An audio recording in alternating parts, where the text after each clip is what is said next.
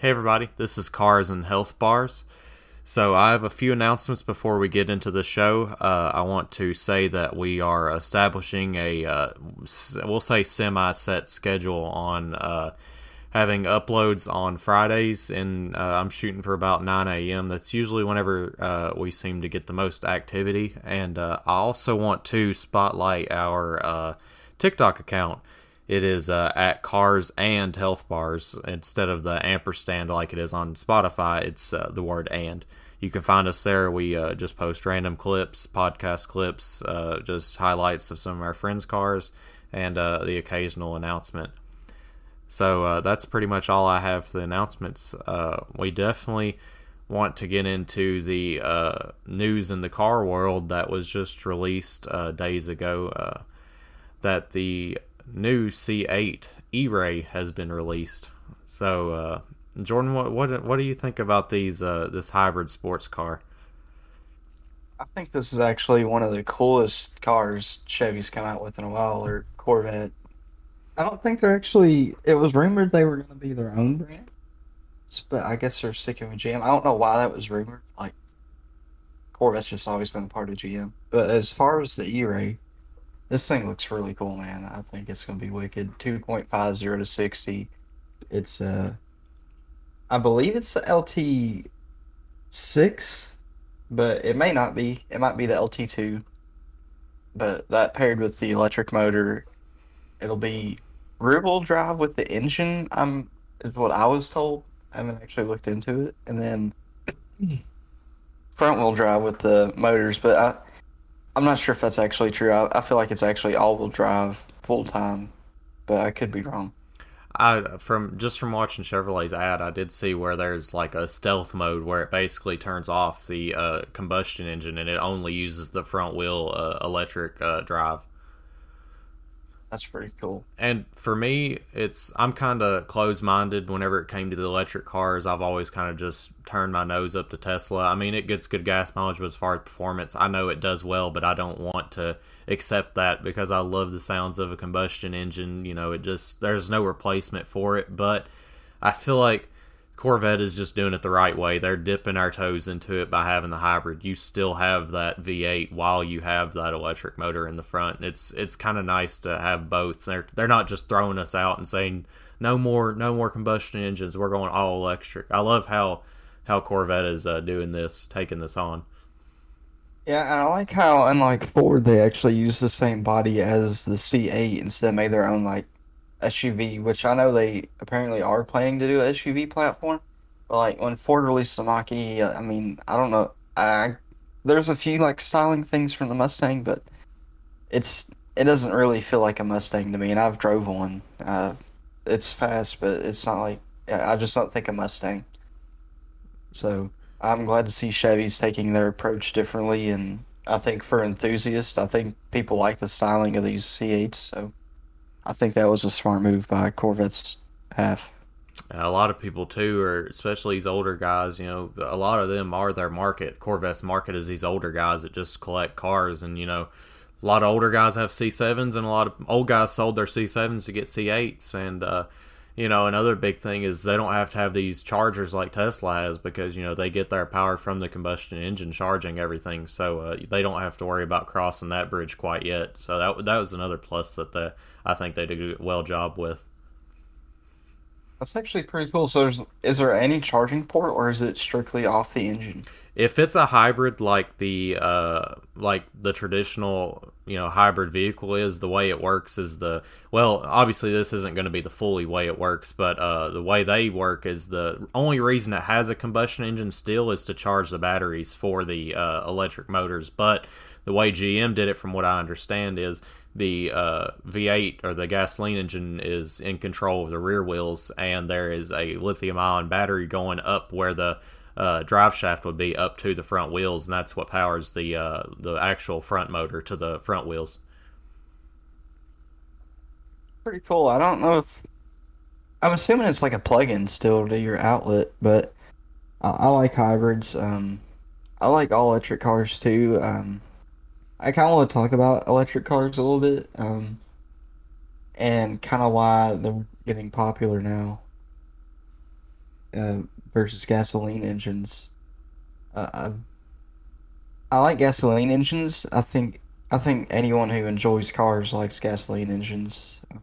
But I think everyone knows that the or the EPA and manufacturers are just shutting down a lot of gas engines or trying to. Uh, they're trying to phase them out. I think it's going to take a lot longer than people think, but the gas engine, I think I kind of want. So I want to talk about where electric's going, but also why I think it's going there. And part of the reason why the EPA is hating on gasoline engines is all these street racers who are running no bumpers, no fenders on a highly modified, like probably not even the platform of the car it's in. It's probably like an LS and an S10. It's like a swap vehicle or just like a billet block, full built, like run on 20% nitro or straight methanol, like street car. And it's not really a street car, it's just a car you take out on a prep street. Maybe. I mean, some people do on prep. And that's why the EPA is cracking down on these gasoline engines, is because people are just like completely disregarding emissions and acting a fool. It's crazy how many people are supporting like the street racing scene when it's so big now. And I'm not saying I don't like girl racing, but the way to keep gasoline engines alive is to do stuff like that on an enclosed track. Yeah, and a lot safer too. Especially getting out on the road with other people. There is a time and a place to do street racing, but a lot of people have a disregard for what what that time and place is, and that's whenever and that's another thing that puts the spotlight on street racers is accidents. Like anytime an accident happens, they will Absolutely. crack down. Like I know Nashville, they started impounding vehicles not long ago. I think it was a couple of years ago. They were just straight up impounding vehicles for street racing. Yeah, they do that in California a lot too, in Texas. I don't know about y'all, Um, but I ain't trying to grow up in a world where it's like Need for Speed. You get a heat level on you, and they'll take your car from you. yeah, for sure. Another reason why I think that people are, the street racing scene is doing bad for us is, like you said, the people around us. They're like, people on their way to work, like they don't care about these people fucking blocking them on the highway so people can do rolls. Like that just looks bad on all the car people. So Yeah, that's why. And cackle tunes, I'm going to go ahead and say cackle tunes are in this category, making people look shitty. Like your loud cackles, that shit needs to stop, man. It's just annoying everyone. yeah, no Straight one, pipe, yeah, like that's kind of where I sit on that. I'm not like totally against like straight pipe cars, but it's definitely like should not be your daily.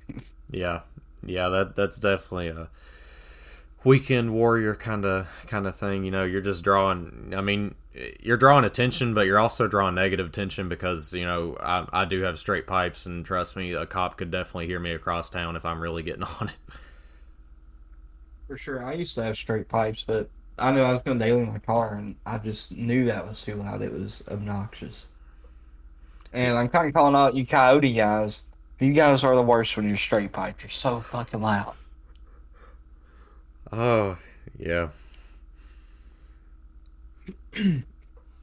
So, what do you think about the future of EVs? Where do you see EVs going? Do I you don't. think they're going to be completely mainstream, or? I don't know. Like I said, I'm pretty close minded. Corvette has helped me a lot. See a better future with it if they're going to go hybrid and then slowly go full electric. I know Dodge with the Challenger, whatever they ended up calling their full electric sports car. Man, if it actually has those revs in it, like that speaker system that's supposed to sound like a combustion Yeah, engine, it that's does. that's so embarrassing, man. Like why even? I It's don't cool, get it. dude. You can program different sounds. Borla at PRI this year actually had a set of electronic mufflers, is what they're calling it, I think. But what it is you can just program the frequency of the engine noise that you're producing from speakers. Wow. So you can make. They're taking like sound bites from other cars and stuff, I believe, too. I will say though, coming from someone who lives like pretty much 30 minutes from anywhere, gas mileage is a big thing for me, and having a hybrid where I still have that power of an LS or a LT with the gas mileage of saying, hey, I'm just cruising, I'm just trying to get to town, I'm just going to use the electric motors for now and save like an ungodly amount of gas and money. That would be big for me personally. For sure. And I really like the power of the electric engine. I mean, that thing is just stupid. Yeah, there's no denying their the amount of torque they can put down, and everything's instant. I mean, it's instant power. Yeah, you're at your power band to begin with, and the longer you're in power, it will slowly taper down. It's like a dynagraph for a gasoline engine that like starts at like 4K and ends at 8K, but like inverted, like swapped. Yeah, I So it's like you start at the end of it. I see I agree with you. I think people are a little concerned that the EVs are going to take over a lot sooner than they are. I truly believe that we're pretty good whiles off from combustion engines even thinking about. I don't even think in our lifetime we're going to see combustion engines fizzle out.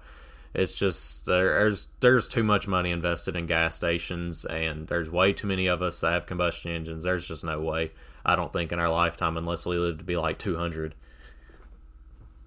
I see it happening within our lifetime. I think in the time we're really old, we're going to see total electric conversion. Well, I don't. I'm saying I don't see combustion engines leaving. Like people, like them actually setting, like, okay, well, you can't get gas anymore. I don't think that'll ever happen. And if it does, No, we'll always have big engines because, like, the lithium mines to get the lithium for the batteries, we need big diesels to mine that. Like, you gotta have something like to do a total conversion on half of our infrastructure that runs on diesel and gas. It would be really hard because all of these big ships and stuff, you can't just retrofit the battery in those. yeah,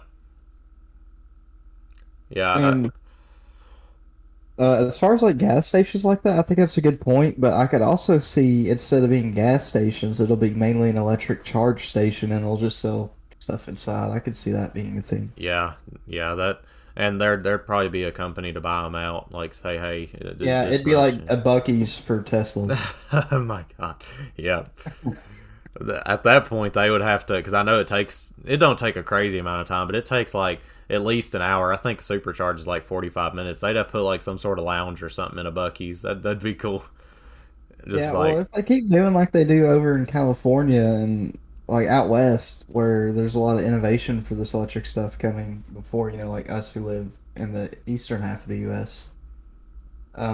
The if you have Tesla, I think in your Tesla screen, it'll like you can program in a road trip through like to Texas or whatever, and it'll show you like the fastest route with charging.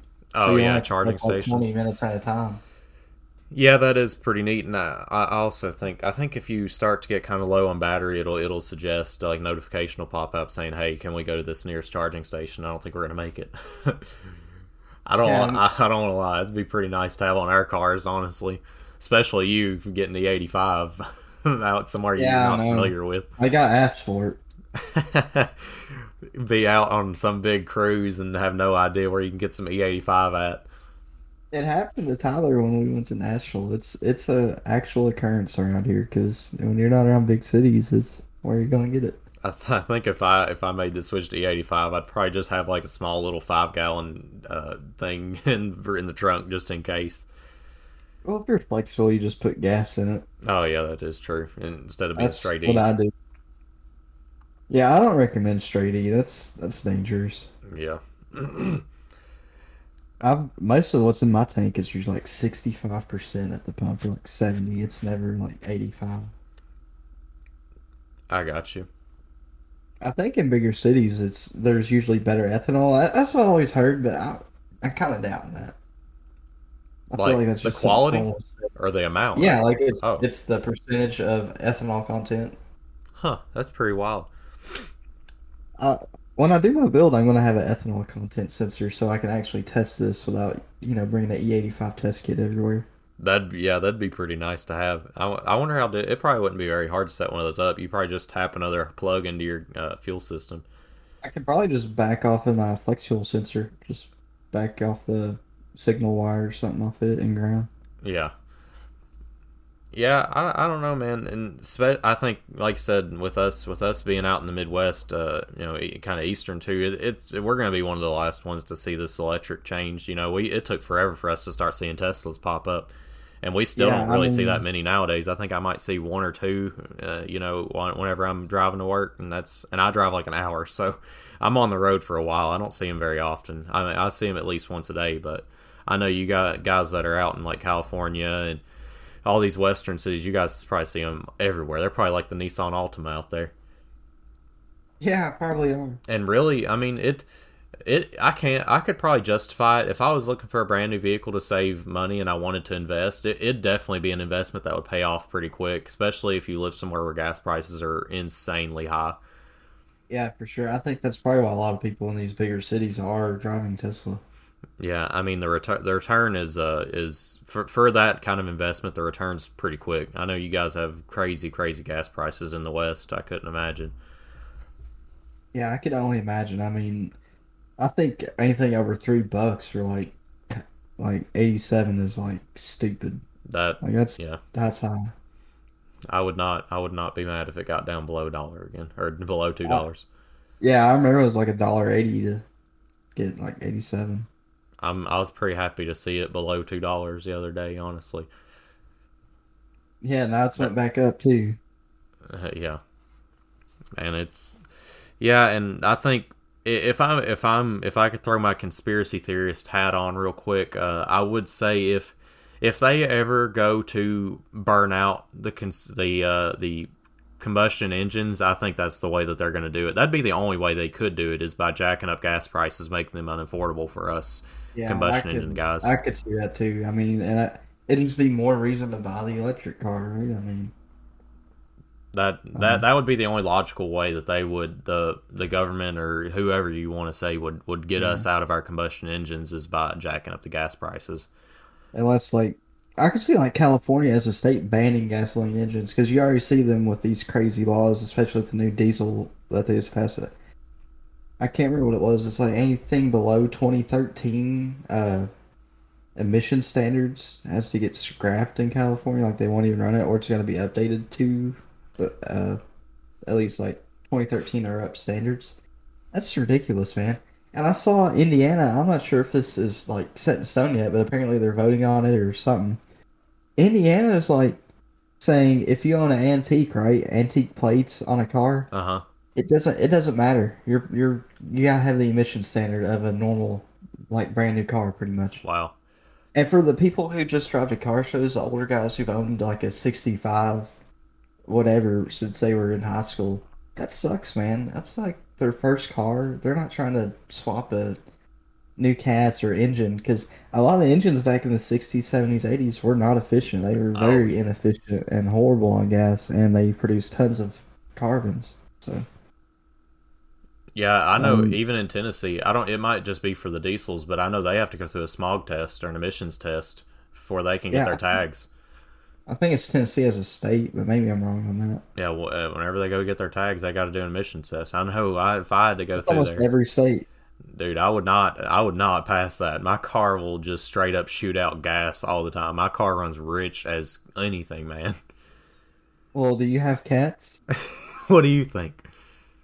So you're not. So there's a visual inspection too. So even if your car's clean and passes the inspection with the wideband O2 sensor or whatever they're throwing on the back of the tailpipe to read the emissions, it doesn't matter Well, because if you don't have cats, I don't care if your vehicle runs 100% clean, they're gonna fail you. he got lucky. They actually didn't check for his cats, and he had his cats cut out. He said he was like, That's like he's like, hey, here's $100. yeah, just add that to the tag cost. You keep that for Yeah, yourself. my friend Benjamin would like to have a word with you. Yeah. Yeah, that's pretty good. Yeah, I could if they were to even start doing something like that, they probably do emissions tests for everything to get a tag, and that would slow down everything. But I could see them doing that. All I'm saying is people in Kentucky need to prepare for that to have emissions. I feel like that's something that's going to be coming soon. Yeah, it's like every state around us already has it, so it's like we're kind of closing in. I just don't understand how Kentucky's made to 2022, 2023, and we haven't got emissions. This is crazy.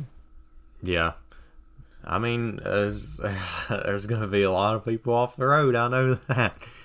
Yeah, for sure. I know plenty of people that would be failing. There's too many 5.3s running around here without any cats. Yeah, they got their speed engineering headers and their Sage 5000 BTR cam. They ain't putting no cats on. No. The truck cam, dude. Oh my The god. truck Norris cam, it's literally a no spring required cam, but everyone wants it to make power. It's not gonna make power. It's not got enough lift to even need springs. Like All I'm saying is it's you. a little rant. I don't hate Brian Toohey. I love their cams. I've met Brian Toohey. He's a great guy. No, I'm not trying to hate on the brand. It's just these truck guys. They love him, dude. They love him. They love his work. I Oh, can't blame him. I mean, he's a good guy. He comes out to the drag strip apparently like on some track days. But a lot of people don't do that. Like you don't see Texas Speed really going out much, as far as I know, dude, unless it's an event. that's gonna be me if I ever actually make parts. Like if I know you're running and you've got my part on your motor somewhere, I'm gonna be out there making sure everything goes good. Yeah, for At least for sure. the I first few parts support or every renditions. customer, you know. Yeah, man. All I got to say is the truck community is not ready. I planned on doing a truck episode this time, but because the E-Ray had just came out, I definitely wanted to jump on that hype train. But you truck guys ain't ready because you're in the crosshairs. When we got the Barrett aimed at you, Yeah. You're about to get it. You have no idea. about to get no scoped. Like us with these gas engines, about to get no scoped our cars. Electric. Yep, yep. We about to be running So, around no titles, honestly. if you could have one electric car, what would it be and why? Like I'm talking about, it could be electric swapped, it could be whatever. I don't know. I almost want to say the E-Ray just because it's like, man, it took me over big time. I'm Like not even that. 2.5 years 0 to 60 is that's fast, dude. Like that is booking it. I'm not even a big fan of the body style of the C8 just because I'm so crazy about the C6 and C7. But you know, I still would. I mean, that's bizarre for them to still have both. Like I can't believe they still have both the electric and the big V8. Like I was expecting something completely different, or I was honestly expecting full electric. Can you imagine a twin turbo hybrid C8? You got the bottom end is just stupid. And then, oh, I'm out of my power band. You're like going 120 roll racing. Let that twin turbo LT2 or 6 kick in, and you're gone. Like, Honestly, I don't know what the support would be like for that because if the combustion engine charges the batteries, I think if you had some sort of anything that would spin that engine faster than what those batteries are rated for, you'd probably have to upgrade your batteries. You'd probably overcharge them and fry them. no, it's smart. It's all modulated. The PCM would. It's already your voltage unit in your car is regulated by the PCM. Oh, You don't. okay. You charge like if your battery's low, it charges more. If it's charged, it charges less. So have you worked on any C8s yet? No, I have not touched a C8. I know how they're getting away with twin turboing them. I'm not done it. I'm not saying I can do it. I know the process kind of.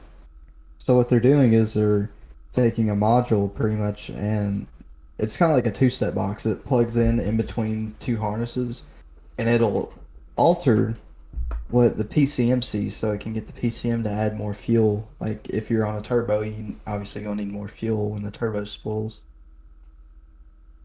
So it's pretty much kind of like plug and play with some modules, but other than that, I think it's got like people are wiring in custom. Like I don't know what you would call it. It's not a module per se. It's kind of like a I don't know. It's hard to say, but they're just tapping into the circuits already in the C8. They're not actually going in and tuning them because the PCM is still locked. Yeah. How far And do you think we are from C8 tuning?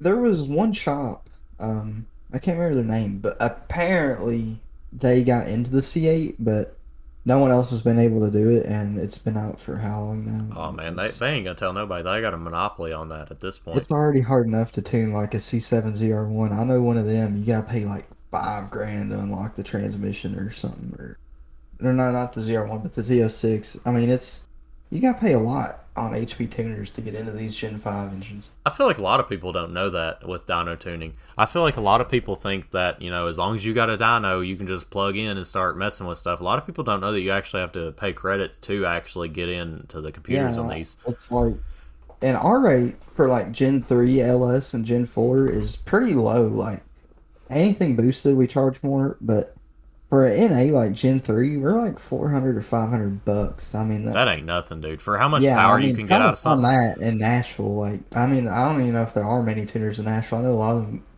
left up, but I mean, you found a good dyno tuner for under like $700 for an NA tune. That's a good deal. Yeah, I mean that's like we were talking about our last episode with the how to add a little bit of power here and there, man. Go get a tune as soon as you can. That's a great way to pick Yeah, up an enormous amount of absolutely. power for like You could have a like brand new to you. Like let's say you buy a new Mustang, right? Like Gen 3 Coyote, and you go to get a tune. You're probably picking up 20-30 wheel with just a tune. If you got like a real aggressive tune, because they flow pretty good from factory. I mean, a cold air intake and full bolt on, like exhaust, maybe E85, and you're picking up some power, dude. Well, for example, the 6th gen Camaro, I just put atomic air force on one and headers. No, I don't not this one did have E85, so it was full bolt on E85, and it made at the wheel 450. These cars are putting out 460 to the crank from factory. That's really good for a full bolt on. absolutely. Yeah, there's no doubt. Yeah, if you can find a tuner, man, you need to go find you a tuner. And I probably had mine tuned too much, honestly, because every time I would add a new part, I'd go take my car to be dyno tuned just to get a little bit of out of it at a time. But yeah, definitely get your car tuned before and after you do some bolt-ons. Get it tuned after. You probably don't have to tune it before as much, but I didn't know how long it was going to be before I would get those bolt-on parts, and I wanted that power, so I went ahead and had mine dyno tuned not long after I actually bought it. I think I did tune and headers. That was the first two things I did, and then later Yeah, on I you did the could cam. do like so if you went full bolt on, like just headers and intake, and you kept cats and you didn't go like too aggressive with the intake, you could probably be fine without a tune. Changing the intake's weird because of depending on what you're running. I mean, some cars are speed density, some are not based off speed density. It's got a MAF sensor, map. Um, just depending on the intake, you may need a tune, but other than that, I mean, you don't have to get a tune with full bolt-ons. But anytime you do like internal engine work or change something there, that's not like a maintenance part, like a lifter or something. If you change like a cam or uh, if you change like your phasers or anything, I would recommend getting a tune. Just anything that can affect performance. Let's say you put a locker in your phaser, you want like a 10-degree lock. Obviously, you might want to get a tune that kind of utilizes that 10 degrees more. But Yeah, I would say don't worry about tunes too much if you're not planning on modding your car much, you know. yeah, I agree.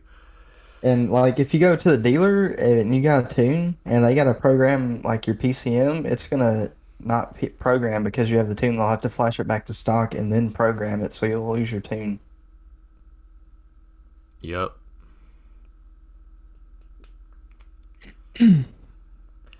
Man, that's a whole rabbit hole to get into on the tuning aspect of things. Yeah, for sure. I don't think people understand how much goes into engine tuning as far as not making power, because that's actually pretty easy. Um, I, I I would say making power reliably is a lot more important than making power, especially for a street car.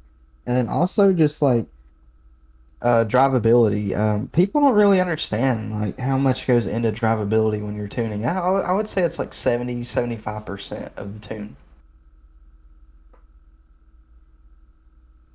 Yeah, and a lot of people don't take that into account. They just want all that power, all that power, all that power, and they don't realize they're sacrificing greatly. Yeah, absolutely. I would not go to my tuner at all. I would never go to a tuner and say, I want all the power you can get out of this because the tuner doesn't necessarily know the full build. You know, if you're taking your car to them, they might know like the basic parts. I mean, whatever. They can tune it and figure it out. But if you tell someone to go full with the build out, you don't want your car at real high timing all the time. Like You're gonna it's just kill not. everything. Yeah, you better hope you're on ethanol and got like if you got a lot of timing because you get any type of knock and that's gonna hammer rod bearings out. Yeah, I think it's smart to enjoy the amount of power that your car can put out, and it just drives you to do a little bit more and a little bit more. That's kind of what how I got hooked into building a car is I do like I said tune and some and headers, and that got me a little bit of power, and then I'm like, man, I tuner kept prodding at me and prodding at me. He's like, man, you're gonna love it if you put a cam in this thing. And a year or two later, I'm like, all right, man, it's time to get some more power. It's time to scratch that itch. And then I got a cam, and here I am 2-3 years after the cam, and I'm sitting here itching for a blower to go farther down the NA rabbit hole. Sure, man. If you don't know a tuner and you got a local tuner, I'd reach out to them and just talk to them, see what if look up their Instagram, Facebook, whatever. I mean, tuning shops are real nice places to be, man. Everyone loves to go to their tuner. Some tuning shops will even give you 4, 5, 6, 7, 8 quotes and still be nice about it somehow. Yeah, I know it's crazy. A lot of these tuners have a lot of customers. They don't need new customers, but at the same time, a new customer will gladly be appreciated, and it's one more person that's getting into the car culture, and who wouldn't like that? Yeah, and a lot of at least speaking to our local tuner, they don't necessarily. Well, I won't even get into it. All I'll say is I hope that someday we're able to get our tuner on here to speak some thoughts on what it's like being a tuner, because you don't get that opportunity. There's not very many tuners around, at least in our area, and it'd be nice to pick the brain of a tuner in that world. Especially one who came from the JDM era, who isn't like a younger kid. Not that there's nothing wrong with being a younger kid, but I really like the people who grew up, when the first Fast and Furious movies were coming out and the JDM culture was there and everything wasn't overpriced. Yeah, and it's kind of blows my mind too, knowing this person. I wouldn't say personally, but I know him well enough to know that his like local or his kind of call to be is that he's like the best guy with LSs. It's kind of wild to, which I didn't know until recently, that he was like in that JDM and in that import lifestyle. It's crazy to think that he made that full 180 into being pretty much like the go-to LS tuning guy in our region, I would say. I would say if he could have it how he wanted, he'd be more into the JDM side. But there's not as much demand for that, it seems, in our area. I Yeah, think I think a lot of people don't realize the market in the LS is the people with trucks who want to get rid of DOD. That's a big part of like a customer base for a lot of LS shops. yeah, and I was one of those people. I didn't have a truck, but I had to get rid of my DOD, and yeah, and a lot of people. I'm learning a lot of people are getting rid of it just so they don't have problems later on. Like whenever I Yeah, first, absolutely. I mean, a lot of people don't even put a bigger cam in. They'll put a factory cam and get rid of it. I mean, whenever I first bought my 2SS, it I don't think I was very far from the dealership at all whenever I originally bought it. I'm not, especially whenever I bought my Camaro, I wasn't really that mechanically inclined, but my wife noticed kind of a sound that wasn't normal, and I was just on cloud nine because I just bought a Camaro. And turned out the DOD had actually went out, and the dealership wasn't willing at all to take the car back. Or I think they helped me out a little bit. They covered like $500, which isn't anything going towards repairing Yeah, that was DOD. really bad of them. Like they screwed me pretty bad, and it's funny too, just to turn around and delete the DOD like 2 years later, the brand new DOD that they just put in. Yeah, But everyone likes to get rid of that DOD. yeah, I mean, even my father-in-law, he was talking about getting rid of it on his Silverado. It's like a newer one. He's like, I just want to get rid of it so it won't screw up later on. For me, if I owned a truck, I would keep it. And if it screwed up, I'd just replace, all lifters, cam, maybe the phaser. I like it for what it does. It does save gas really well. It's just it's obviously a flawed design. Yeah, I think too with which my car is a 2014. I don't know how long DoD had been around since then, but I feel like it was one of the first, like maybe not the first, but it was around the beginning time of DoD. I'd like to say I could be wrong on that. Maybe you might know. Nah, you're at the end of it because 2015 was the last year of a Gen 4 LS even being in anything. Because by 2013, the trucks had then switched to Gen 5 and the C7 came out, so it was Gen 5. So the only thing that wasn't was the Camaro, and it did in 2016. Oh, I see. DoD came out with Gen 4 LSs, which was around '07-ish. So a lot of the trucks had it, but the C6 didn't have it at all. The Corvettes never had DoD until the C7. And the fifth gen only had it on the autos. So it's actually kind of rare in the cars. I don't know. I don't know if you'd call it a diamond in the rough though. Nah, definitely not. I would, that's why I bought a stick shift for mine. Yeah. Well, Got to get those flat top pistons. oh yeah. Never let that down. It's funny because my new L99 build's boys. got valve relief, just like the L99. uh, yeah. Also, guys, I know we don't bring it up every time, but we do have a Discord, and we definitely want to get your ideas and feedback, and that's the best way to reach us directly is on that Discord server. And I post invites every now and again, so just be looking out for those. And like I said, if whenever I first promoted it, we want to rate your guys' cars. We're interested to see what all you guys are driving, so definitely reach out on Discord. That'd be a very fun video to do. Send us your cars. We will rate them. Absolutely. And I also wanted to get into some ARC today as our gaming topic. Sure. So you know that's probably my all-time favorite game. It's up there for sure. I've got an ungodly amount of hours in it, and I'll just let you start on overall what you hate about it, what you love about it. You know, what is ARC to you? What is the rise and fall of ARC for you? So I don't really feel too qualified to talk about Ark because I've never beat the game or nothing. But I've played a lot of Ark. I just never get super far into it. And there's a lot of things I really like about Ark. There's also a few things I really hate. And let's go ahead and rip the Band-Aid off. Let's talk about the rough first. I think PvP could have been done a lot better on Ark. It's because when players have high movement speed and stuff, and I know people are going to be saying skill issue, just get good, and to a degree, I agree with that. But offline rating, I really hate offline rating. I wish it wasn't an Arc. I know it is on some servers, but I don't like that. And then there's just some overpowered stuff on PvP Arc in particular, like flamethrowers, like on Survival of the Fittest. I'm not going to say in Arc too much because I've done very little PvP on there, but I know there's a few tames that are pretty OP, especially like the Thylacoleos. They are stupid OP with the bleed. And then the other grief I got with PvP is if you do not play at the start of a server on like wipe day, if you can't play like for a few days straight on after wipe, you're gonna get surpassed, and there's pretty much no point in playing the server because everyone already knows who the alpha tribe's gonna be. I mean, it's pretty set in stone, and you just gotta wait till next wipe or play like unofficial or by yourself. Yeah, and a lot of the times those alpha tribes, after they have established themselves at the alpha tribes, they basically have nothing to do other than just screw around on the server and kill whoever steps to them, and they've literally got nothing to do. Yeah, I It's mean, kind we've of had our sad. experiences with good alphas and bad, and I can only think of one time there's a good alpha. I do have memories of I don't know if it was necessarily the alpha, but I know a lot of these guys would just get bored looking for drops, and they'd just pick up stuff just to give to random people on the beach and smaller guys, which was great. But that was like I said, that was not very often that something like that would happen.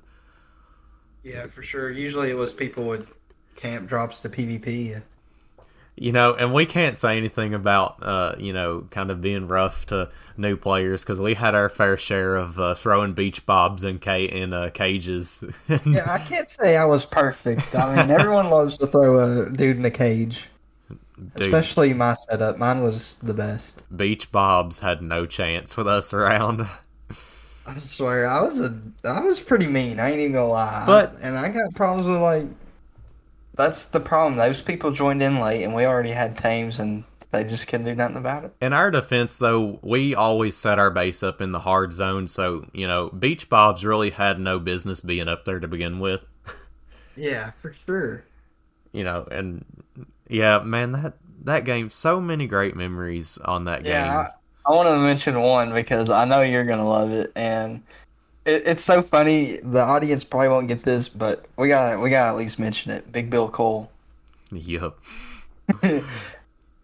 That was the best thing ever. I could talk about that for probably like 10 minutes. Dude, that fish was the size of a Quetzal. Like, actually. What was it, like 3.5 times or something? Yeah, Like it was, not even the yeah, biggest that they get. And it was so absurd, dude. He took to like if I don't know how familiar some of you guys are with Ark, but and if you're looking at Hidden Lake on the map, if you go north just outside of the woods of Hidden Lake, there's a small, just like the smallest pond. Typically, Sarcos and stuff spawn there, but it's at the edge of that big valley that goes up to that hill.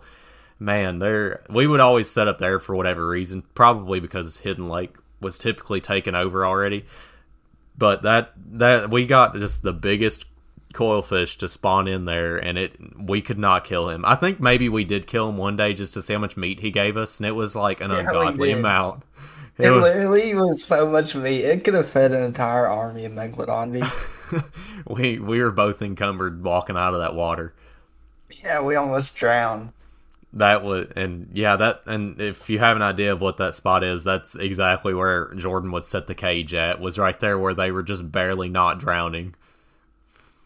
Then I would feed them to my piranha.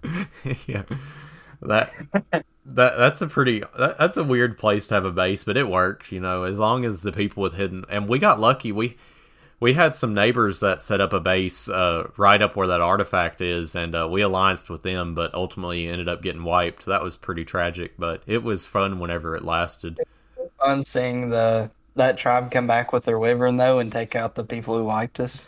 The funniest thing is how we met those people. We were just, minding our own business. We were well established. We had walls up and everything. And we just see a Bronto getting all bloody. We walk out our base, and there's like a tribe of six, 7 people just naked with spears and slingshots and bows taking down this Bronto. I think it was the first time Yeah. we'd ever seen a Bronto get taken down by people. Yeah. I've never seen like people on foot take down a Bronto until that. It's like we just stood there watching. They're like, "Hey, we're your new neighbors." Like, "Oh, cool." Break me off It's a piece of that hilarious. prime. That's the thing I love about Ark is the community. It can be either the worst thing ever or the best thing ever. Oh my god, and we got to talk about. So me and Jordan have been playing Ark probably not long after it was released. We've been playing a really long time, but whenever Swamp Fever got introduced to Ark, we Yeah, found that was out. the best. Back then, we didn't keep up with game updates and everything. We just kind of played whenever. Well, we were unaware that Swamp Fever was a thing, so here we were minding our own business on a fresh We server. had like a thatch house we Yeah, had built. It was like I was really new. the timing was the worst ever because it was night. Out either me or Jordan, I think we might have both been in the woods that night, just getting wood, getting Yeah. thatch, and all We of a were sudden, like, we were on the easy zone and we were building like a thatch house.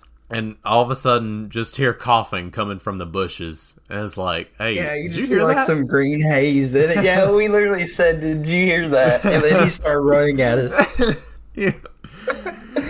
We was like, "He's infected, run!" That was the best thing ever. It's like every server from then on out, like Beach Bobs had the disease. Like, Yeah.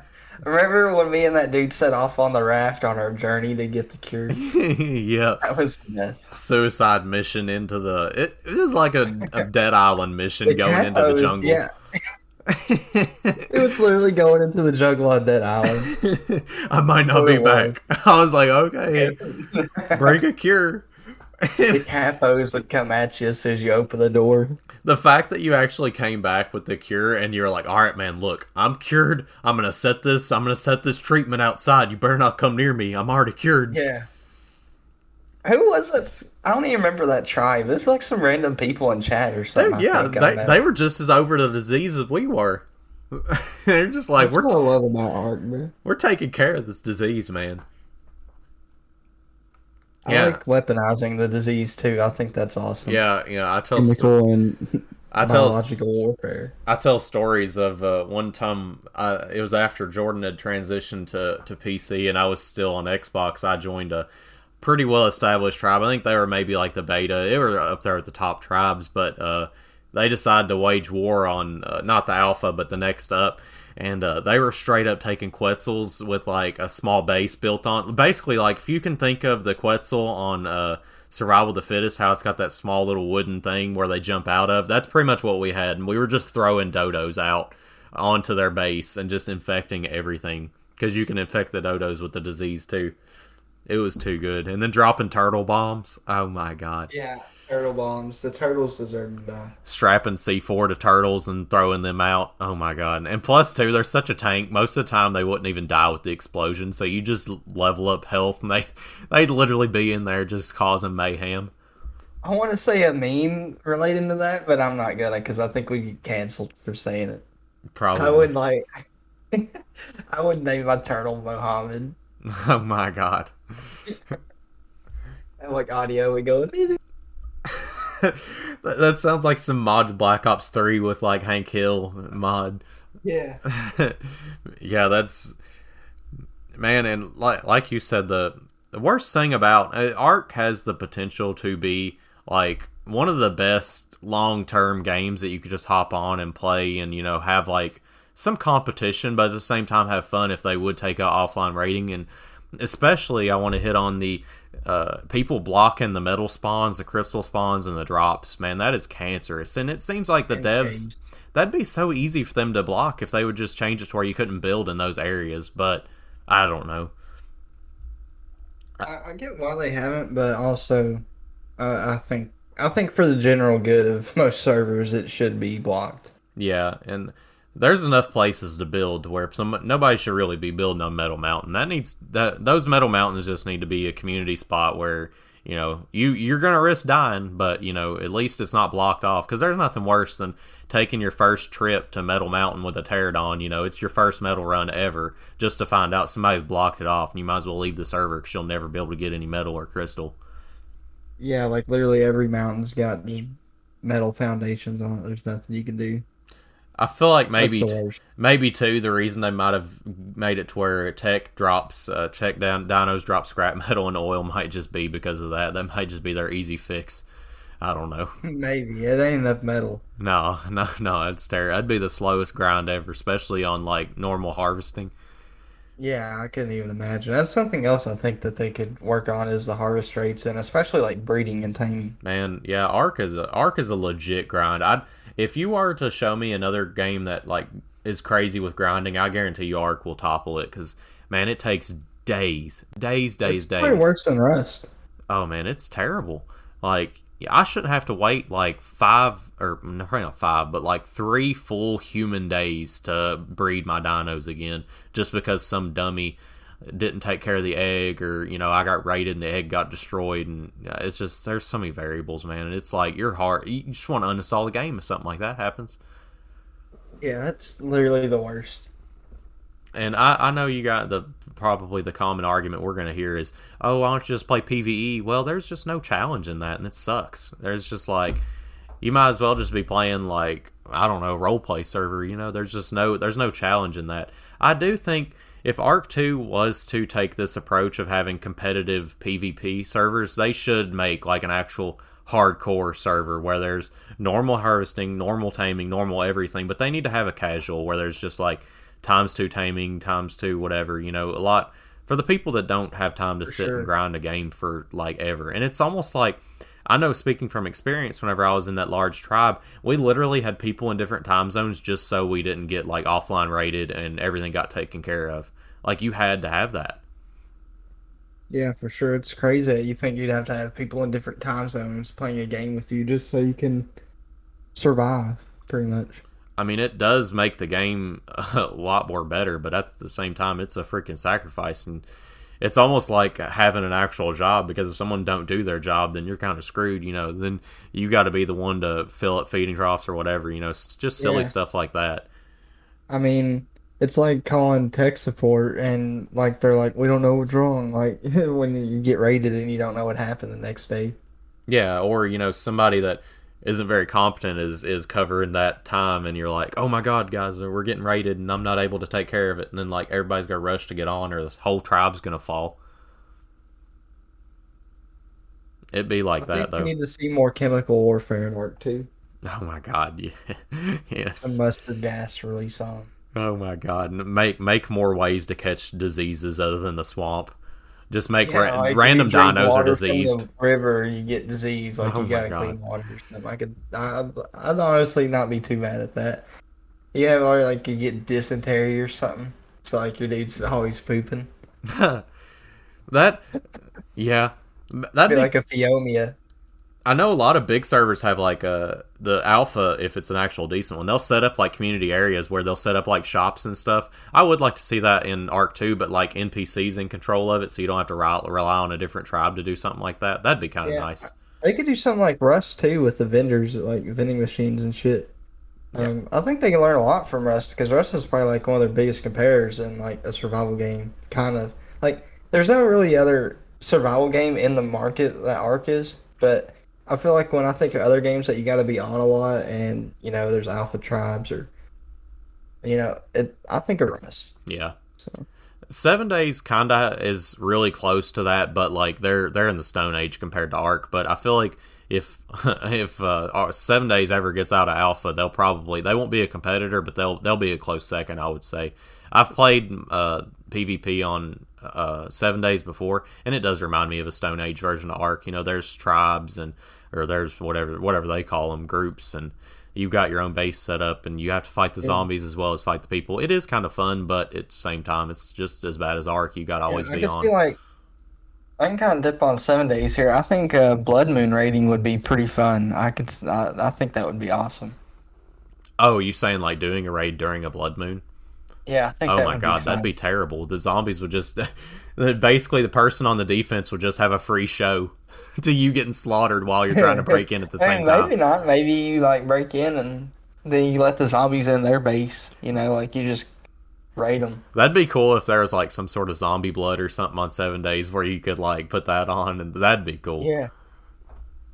I feel like that'd be pretty rare though. It'd have to like cost a lot and you could only get it from like a trader.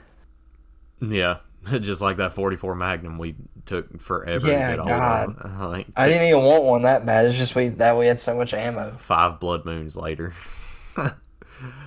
Oh man, that's yeah. It took a lot.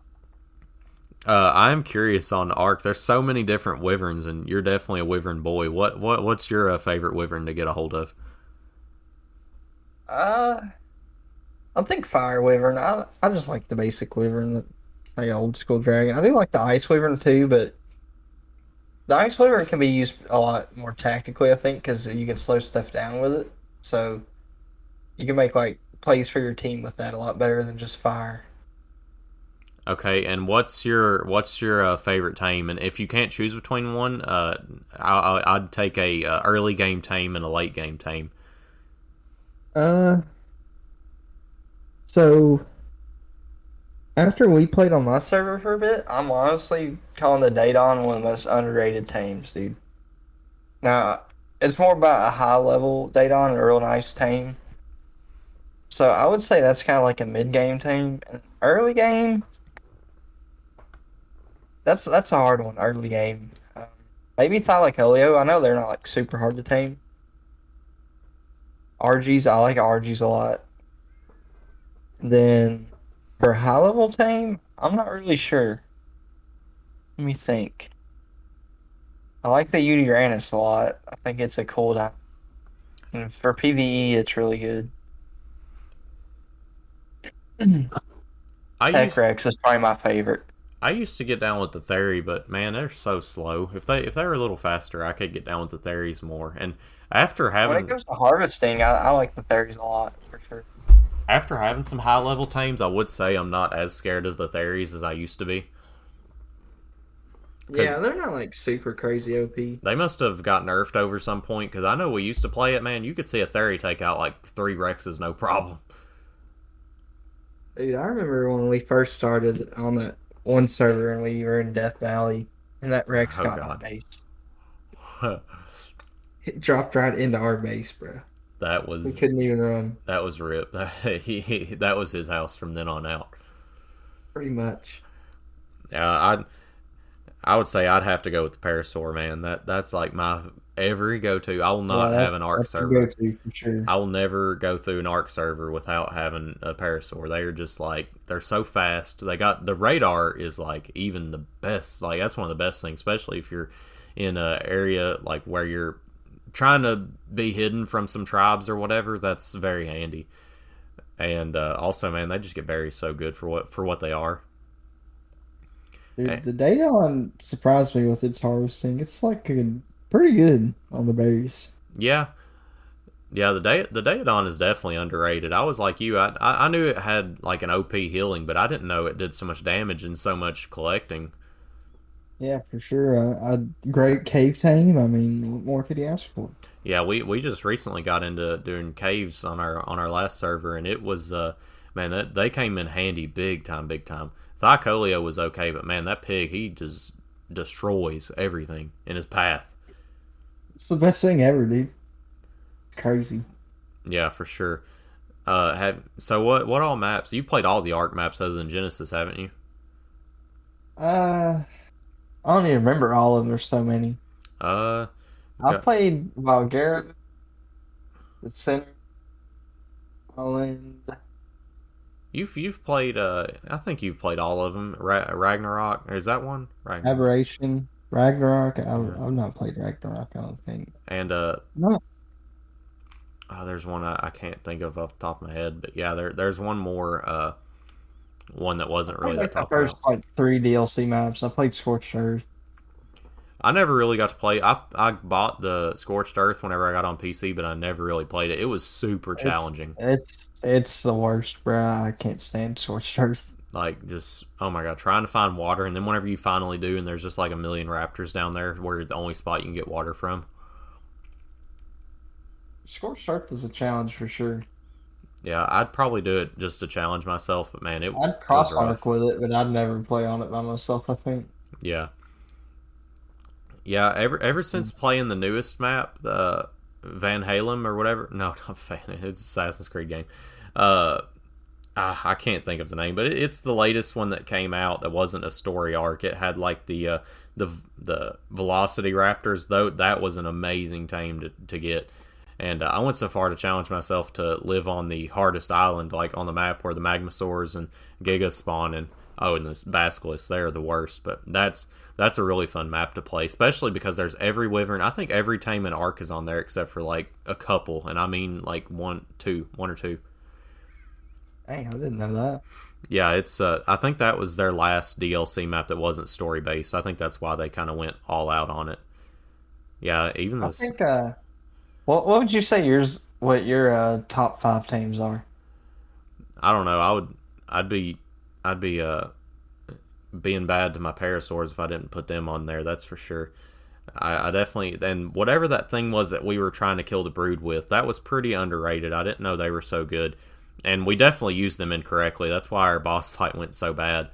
Uh, I don't even What are remember you what they're talking about? called. The sloth guys that took the Oh yeah, I don't even remember what they're called. They're like a big version of the Sasquatchamus. Megasaurus. No, no wait, Megathosaurus. I don't know.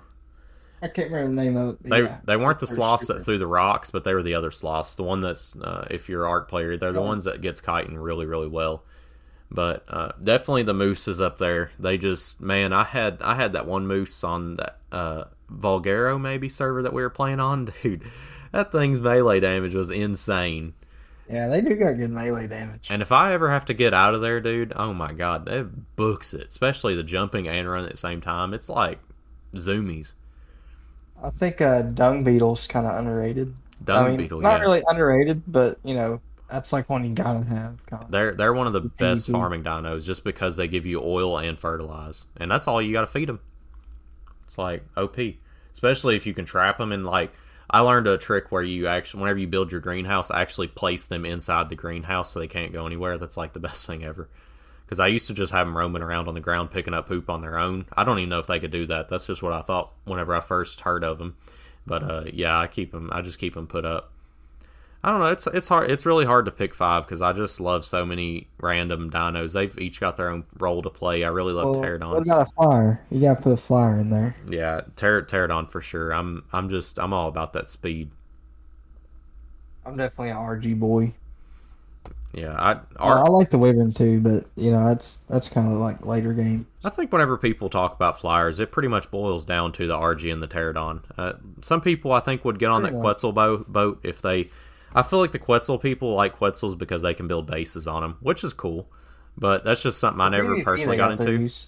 Oh man, yeah, I couldn't imagine. You imagine just like a Quetzal flying around. You just think it's a normal base, and then you see the backside of him. He's got like 3 miniguns and plant species hanging out the Yeah. back, dude, like an AC It's 130. a flying fortress, dude. How many done called in the AC 130? You got enemy AC-130 about. Just a Quetzal flying around, dude. Oh my god. You imagine being in the same airspace as that thing. Dropping some turtle bombs, dropping Nagasaki. Dude, that'd be something fun to do. Just like get a bunch of people together and build like a base, but it's not really a base. It's just a big airstrip, and you just have a bunch of Quetzals set up. Yeah, like a big military base that get bombed. Yeah, they're just constantly Quetzals just flying, patrolling Like the a map. big oil refinery and you bomb it. Oh my god! Yeah, have like an RG in the middle, like Air Force One. It's the one getting the oil and the metal, and the Quetzals are just transporting.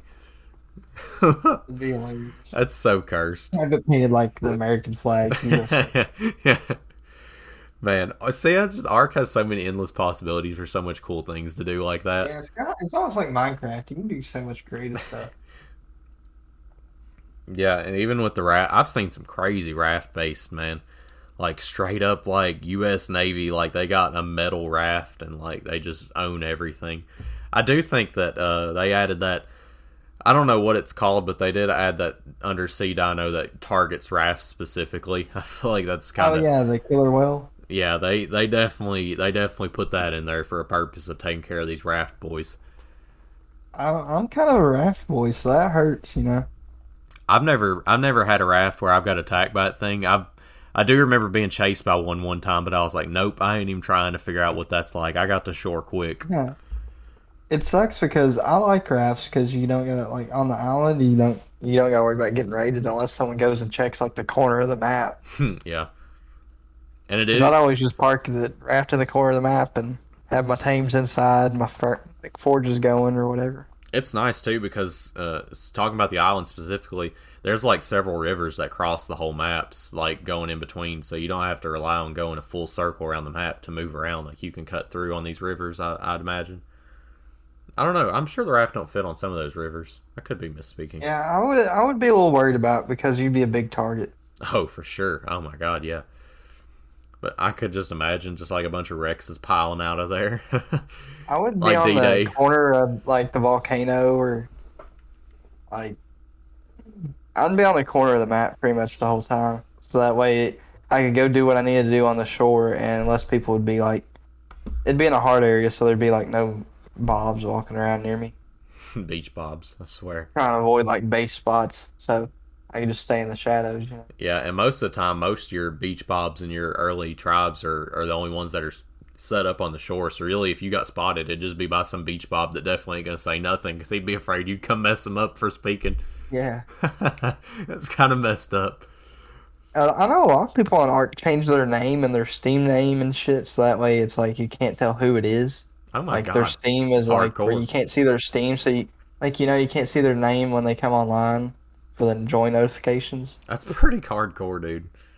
Dude, you got to because they offline raid you if like they know you ain't home. That's terrible.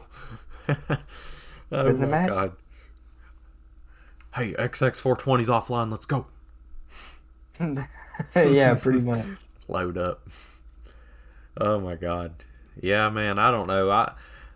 I want to speak on Arc 2 specifically whenever we get some more information about it, but I know you think it's going to be a lot better than what I think. I just, man, I see him talking about being like Dark Souls, and man, that makes me sad because I'm like the biggest Arc boy ever, and if they change the combat, I'm going to be sad because there's really nothing wrong with it now. It's the hitboxes are kind of dumb sometimes, and it can be perfected, but it doesn't need to be changed completely.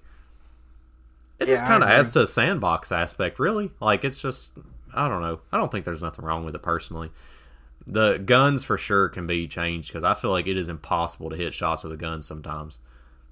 Yeah, especially like crossbows, like some of like the tames and stuff. It's We've been running with a lot of hard. issues with hitting, like, say, crossbow shots, like desync. I don't know if it's desynced or what it is. And it's like so weird because the arrow will be stuck in them with blood around it, and it'll be like didn't get a hit marker at all. Like, why? Like it's like the hitbox form is just like the damage hitbox is different from the physical hitbox or something.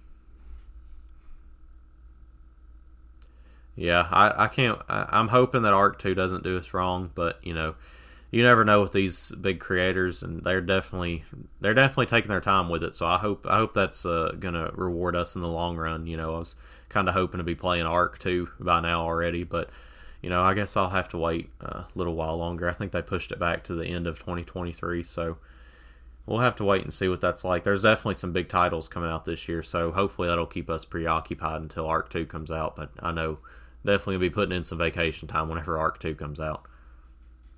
Sure. Man, you got anything else before we close it up? Anything cool? Anything related? Uh, Support your local tuner. Yeah, I don't know. Other than that, I ain't really got too much to say now. yeah. If you guys have any ideas, definitely hit us up. We're very very open to hearing what you guys think. Definitely check out the TikTok. We haven't really thought about making a YouTube channel yet, but it could come. Definitely stay tuned for any of that information. And I guess that's all I've got. Like I said, I guess we'll see you guys next Friday. Boy.